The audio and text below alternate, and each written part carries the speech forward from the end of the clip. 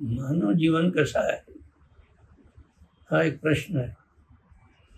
एका व्यक्तीने सांगितलं की मानव जीवन एक कंटाळवाणा प्रवास आहे, अर्थशून्य आहे. परंतु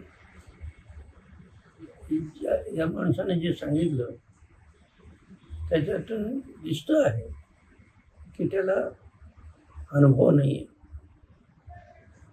मानव जीवन समजा थोडंफार असेलही, परंतु बेसिकली सुंदर आहे, आनंद देणार आहे. आणि याला अजून आनंदी करण्यासाठी मग आमच्या पूर्वजांनी हे सणवार अशा अनेक प्रकारच्या कल्पना पुढे आणल्या आणि ते सतत सुरू राहतं आणि त्याच्यामुळे जीवन अजून सहनीय, जीवन अजून सुंदर होऊन जातं. असाच एक सण आहे संक्रांती. संक्रांत शब्दावरूनच लक्षात येतं की संक्रमण आहे. म्हणजे आपण एक लेवलपासून दुसऱ्या लेवलवर किंवा एका पॉईंटमधून दुसऱ्या पॉईंट, म्हणून त्याला संक्रमण शब्द दिले. मात्र ह्या सणाला सेलिब्रेट कसे काय करायचे, सेलिब्रेशन कसा साजरा करावे असा प्रश्न आहे. म्हणून आमच्याकडे नंबर 1 लोक एकमेकांना भेटतात, लहान मोठे, आणि एकामेकांना काही खाऊ देतात. याला तिळगुळ घ्या, गोड गोड बोला असं नाव दिलं. मात्र आपण पाहतो आहे की ही तिळगुळची संकल्पना स्वास्थ्यावर आधारित आहे. तिळगुळ एकत्र खाल्ल्याने जठराची कारवाई चांगल्या पद्धतीने होते. परंतु आजकाल आम्ही म्हणतो की लोक हलवा देतात. हलवा आम्ही लोकांना सांगतोय की हलवा जर म्हणाले मग तुम्हाला हे जे स्लोगन आहे त्याला बदलावं लागेल. उदाहरणार्थ आपण काय सांगितलं, तिळगुळ घ्या, गोड गोड बोला.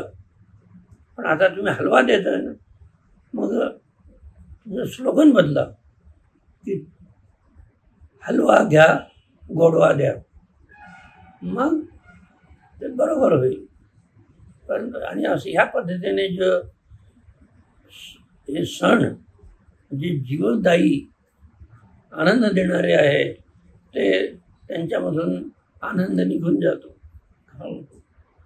आणि मग सामान्य लोक त्याला वेगवेगळ्या पद्धतीने त्याचे महत्त्व कमी करून टाकतात आणि ते एक पद्धत होऊन जाते. आजकाल फक्त खाण्यावरच भर आहे. पुरणाची पोळी आणि तांबूळ, अजून काही स्वीट डिश. खरं म्हणजे ह्याला एवढं महत्त्व नाही जेवढं इथं जे कार्यक्रम आहे. एक लहानसं गाव होतं, तर त्या गावामध्ये पाहिजे की प्रत्येकजण प्रत्येकाच्या घरी जायचे, तिथं तिळगुळ द्यायचे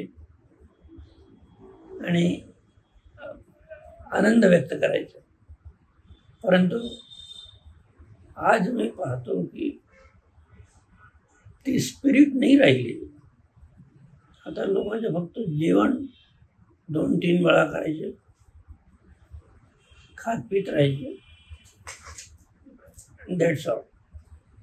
त्याच्यामुळे जो सणांबद्दल लोकांना आपुलकी होती, एक विशेष भाव होता, तो निघून जातो आहे.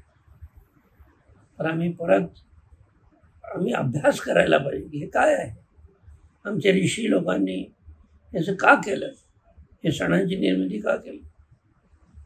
जर हे सण काढून टाकले आमचे ग्रंथ, पुराण, वेद, उपनिषद हे काढून टाकले तर मग जीवन व कंटाळवाणा प्रवास. जीवनाचा प्रवास आनंददायी यासाठीच झालेला आहे की याची जी निर्मिती आहे ते उदात्त उद्देशावर आहे. जसं उदाहरणार्थ उपनिषद एक वेदामध्ये सांगितलेलं आहे, यो वै भूमा तत्सुखम, अल्पे सुख नसते. म्हणजे ज्या ठिकाणी विशालता आहे त्या ठिकाणी सुख आहे. जिथं संकुचितता आहे तिथं दुःख आहे, मृत्यू आहे. तर असं या पद्धतीने ह्या सणाचा उद्देश विशालता. आणि आज आम्ही पाहतो की लोक सहजपणे एक दुसऱ्याला मारून टाकतात, एक दुसऱ्याला हेण होतात, आदरभाव ठेवत नाही. याचे कारण काय? हे जे मूळ आधार होता, भूमा, विशालता, तो त्याच्याकडे आता दुर्लक्ष होईल. लोक विसरूनही गेले. असा उदात्त हेतू ह्या सणाचा आहे. तर ह्या प्रसंगी आणि परत हे सेलिब्रेट का करावे लागतात सण की आम्हाला जाणीव असावी की याची सुरुवात कोणी केली, कशी केली, उद्देश काय होतं. तर जीवन जे परमात्माने आम्हाला दिलेलं आहे याला उन्नत करावे, उदात्त करावे, याची जी मूळ भूमिका आहे ते लक्षात ठेवावे. ते जीवन आनंद टू आनंद असं चालायला पाहिजे. पण आज आपण पाहतो की हे सण हेडेक होऊन गेले. ह्याचे कारणच आहे की ते जी मूळ भूमिका आहे त्यांच्याकडे लोकांचे लक्ष नाही. परंपरेप्रमाणे ह्या दिवशी आम्ही सगळ्यांना शुभेच्छा देतो की हे सण पुढील जीवनामध्ये मंगलमय हो, कल्याणकारी हो.